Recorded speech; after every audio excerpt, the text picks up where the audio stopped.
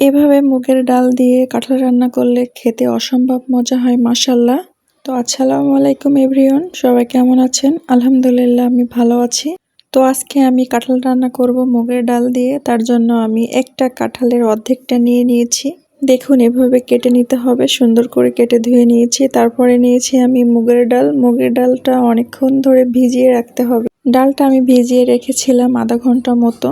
তো আধা ঘন্টা মতো ভিজিয়ে রাখার পরে আমি ডালটা ভেজে নিয়েছি। এবার মশলাটা সুন্দর করে আমি কষিয়ে নিচ্ছি।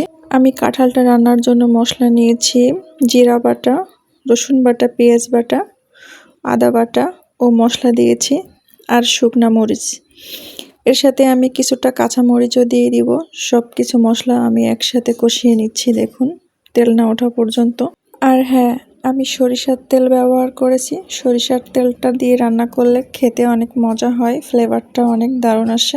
তো আমি আগে থেকে ভেজে রাখা ডালগুলো দিয়ে দিলাম মশলার মধ্যে, দিয়ে সুন্দর করে ভালোভাবে কষিয়ে নিব। কাঁচামরিচও দিয়ে দিয়েছি, দেখুন। এবার দিয়ে দিচ্ছি আমি ধুয়ে রাখা কাঁঠালগুলো। মুগের ডালটা ভেজে কিছুটা সিদ্ধ করে নিতে হবে, 50% মতো সিদ্ধ করে নিতে হবে। তারপরে কাঁঠালের সাথে একসাথে দিয়ে রান্না করতে হবে।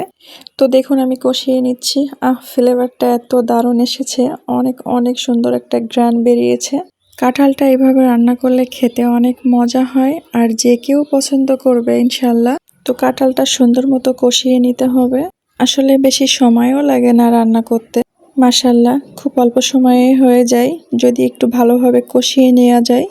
তো আমার কষানোটা হয়ে গিয়েছে, দেখুন। এবার আমি দিয়ে দিব ঝোলের পানি।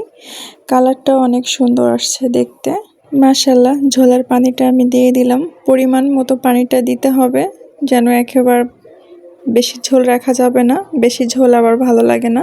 ঝোলের পানিটা দিয়ে আর কিছুক্ষণ রান্না করে নিতে হবে। এবার খুব কম সময়ে হয়ে যাবে, বেশিক্ষণ রান্না করা লাগবে না। তো আমি ঝোলের পানিটা দিয়ে সুন্দর করে নাড়াচাড়া করে রেখে দিব। তো মাশাল্লাহ দেখুন অনেক সুন্দর কালার আসছে। আর কি বলবো, খেতে সেরকম মজা হয়েছে, অনেক অনেক মজা হয়েছিল। গরম গরম ভাতের সাথে খেতেও অনেক মজা লাগে, আবার রুটির সাথে খেলেও অনেক মজা লাগে। যে যেইভাবে পছন্দ করবেন সেইভাবে খেয়ে দেখবেন, অনেক অনেক ভালো লাগে খেতে। তো আমার ভাইয়ারা, আপুরা, আপনাদের যদি আমার এই ভিডিওটা ভালো লাগে তো লাইক, কমেন্ট, শেয়ার দিয়ে আমার পাশে থাকবেন ইনশাআল্লাহ। আর আমার দূর প্রবাসের যত ভাইয়ারা এমন সহজ সহজ রেসিপি ও ভালো রেসিপি পেতে আমার পেজটা ফলো দিয়ে রাখবেন। এবং আমার যত নতুন রাঁধুনি আপুরা আছেন সবার রান্নার সুবিধার্থে পেজটি ফলো দিয়ে রাখবেন, লাইক কমেন্ট করে শেয়ার দিয়ে রাখবেন ইনশাআল্লাহ। আশা করি অনেক ভালো ভালো রেসিপি পাবেন। আর আমার কোথাও কোনো ভুল হয়ে থাকলে অবশ্যই ক্ষমা করে দিবেন। আবার দেখা হয়ে যাবে নতুন কোনো ভিডিও নিয়ে। সেই পর্যন্ত আমার ভাইয়ারা, আপুরা সবাই ভালো থাকবেন, সুস্থ থাকবেন। সবার জন্য দোয়া ও ভালোবাসা রইল। সবাইকে জানাই অন্তরের অন্তরস্থল থেকে আল্লাহ হাফেজ।